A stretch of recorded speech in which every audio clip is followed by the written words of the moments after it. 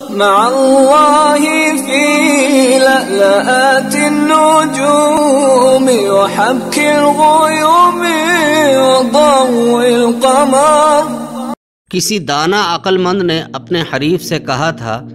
میں رات جاگ کر گزاروں اور تم سو کر گزارو، اور پھر تمہاری یہ خواہش ہو کہ تم میرے جیسا مقام و مرتبہ حاصل کرو، یہ تعجب انگیز بات ہے۔ یہ بات روز روشن کی طرح واضح ہے کہ کچھ پانے کے لیے بہت محنت کرنی پڑتی اور بہت کچھ کھونا پڑتا ہے، اور اللہ کسی کی محنت کو ضائع نہیں کرتا ہے، اور اس کی محنت کا نتیجہ کسی نہ کسی شکل میں اس کو ملتا ضرور ہے۔ یہ کیسے ممکن ہے کہ کوئی شخص اللہ کے ساتھ اپنا تعلق نہ جوڑے اور اس کے قریب جانے کی کوشش بھی نہ کرے، اور پھر امید رکھے کہ میں اللہ والا بن جاؤں اور میری اللہ کے نیک بندوں یعنی ولی اللہ جیسی عزت ہو؟ اللہ سورہ مریم میں فرماتے ہیں، ان الذین آمنوا وعملوا الصالحات سیجعل لهم الرحمن ودا،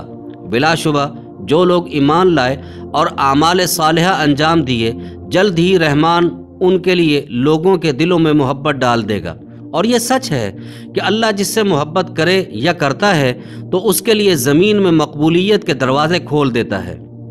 رسول اکرم صلی اللہ علیہ وسلم نے فرمایا ہے، اللہ تعالیٰ جب کسی بندے سے محبت کرتا ہے تو وہ جبریل امین کو آواز دیتا ہے، میں فلاں سے محبت کرتا ہوں، تم بھی اس سے محبت کرو۔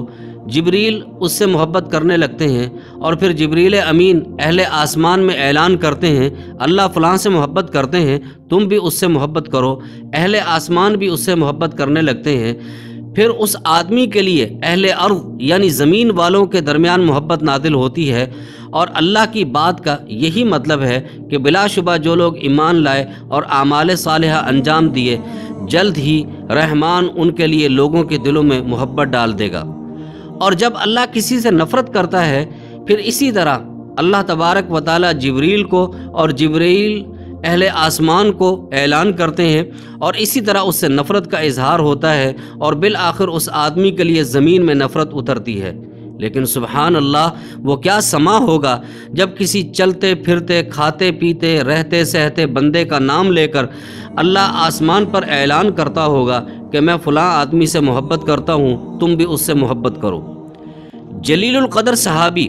زبیر بن عوام رضی اللہ عنہ کہا کرتے تھے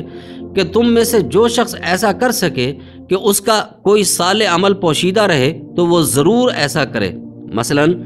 رات کو پابندی سے نماز پڑھنا چاہیے، چاہے وہ نماز وتر ہی کیوں نہ ہو، جسے آدمی نماز عشاء کے متصل بعد یا سونے سے قبل یا نماز فجر سے پہلے ادا کرے۔ رسول اکرم صلی اللہ علیہ وسلم نے فرمایا، ان اللہ وتر یحب الوتر فاوتروا یا اہل القرآن، اللہ وطر ہے اور وطر کو پسند کرتا ہے، اس لیے اے اہل قرآن یعنی حاملین قرآن وطر پڑھا کرو۔ سامعین محترم، لوگوں کی آپس میں صلح کرانے کا عمل بھی عبادت خفی یعنی پوشیدہ عبادت کی ایک قسم ہے۔ روٹھے ہوئے ساتھیوں کو منانا، پڑوسیوں کو ایک دوسرے کے قریب لانا، اور ناراض میاں بیوی کے درمیان باہمی تلخیاں دور کرنا نیکی کے بڑے اعمال ہیں۔ رہبر اعظم ہادی مکرم رحمت عالم صلی اللہ علیہ وسلم کا ارشاد گرامی ہے، کیا میں تم لوگوں کو ایسا عمل نہ بتاؤں جو نماز، روزے اور صدقے سے افضل ہے؟ صحابہ اکرام رضوان اللہ تعالی علیہم اجمعین نے عرض کی، ضرور بتائیں۔ آپ صلی اللہ علیہ وسلم نے فرمایا، آپس میں ایک دوسرے کی صلح کرانا، اور اسی لیے جھوٹ جیسے کام کو کہ جس کی شریعت اسلامیہ میں قطعاً اجازت نہیں ہے، صلح کرانے کے لیے جھوٹ میں شمار نہیں کیا گیا ہے۔ فرمایا نبی اکرم صلی اللہ علیہ وسلم نے، لیس الکذاب الذی یصلح بین الناس یقول خیرا وینمی خیرا، وہ شخص جھوٹا نہیں ہے جو لوگوں کے درمیان صلح کے لیے جھوٹ بولتا ہے، وہ بھلائی والی بات کرتا ہے اور بھلائی پر مبنی سوچ اختیار کرتا ہے۔ پھر مزید فرمایا، آپس میں فساد ڈالنا دین کو مونڈ کر صاف کر دینے والا کام ہے۔ مخفی یعنی چھپا کر عبادات کرنے کے بہت سے انداز ہیں کہ جن کو اختیار کرنے کی وجہ سے اللہ کی رضا، اس کی محبت اور عنایت، اور فرشتوں اور زمینی مخلوقات کی محبت حاصل ہوتی ہے۔ ایک دن رسول اکرم صلی اللہ علیہ وسلم نے فرمایا کیا میں تمہیں ایسا عمل نہ بتاؤں جو تمہارے رب کے نزدیک بہت پاکیزہ، تمہارے درجات کو بلند کرنے والا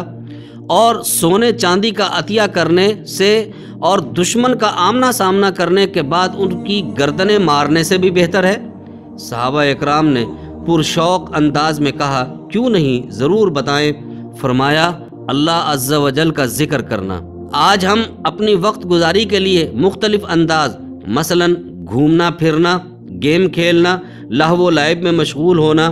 اور مختلف قسم کے ڈرامے دیکھنا اور گانے اور موسیقی کا سننا جیسے اعمال یا کام اختیار کرتے ہیں کہ اگر ہم یہی وقت ذکر الہی میں گزاریں تو نہ صرف نیکیوں میں اضافہ بلکہ آخرت کی کامیابی کے لیے ذخیرہ بھی ہوگا۔ اسی لیے مخفی عبادت کا ایک انداز چھپا کر صدقہ کرنا بھی ہے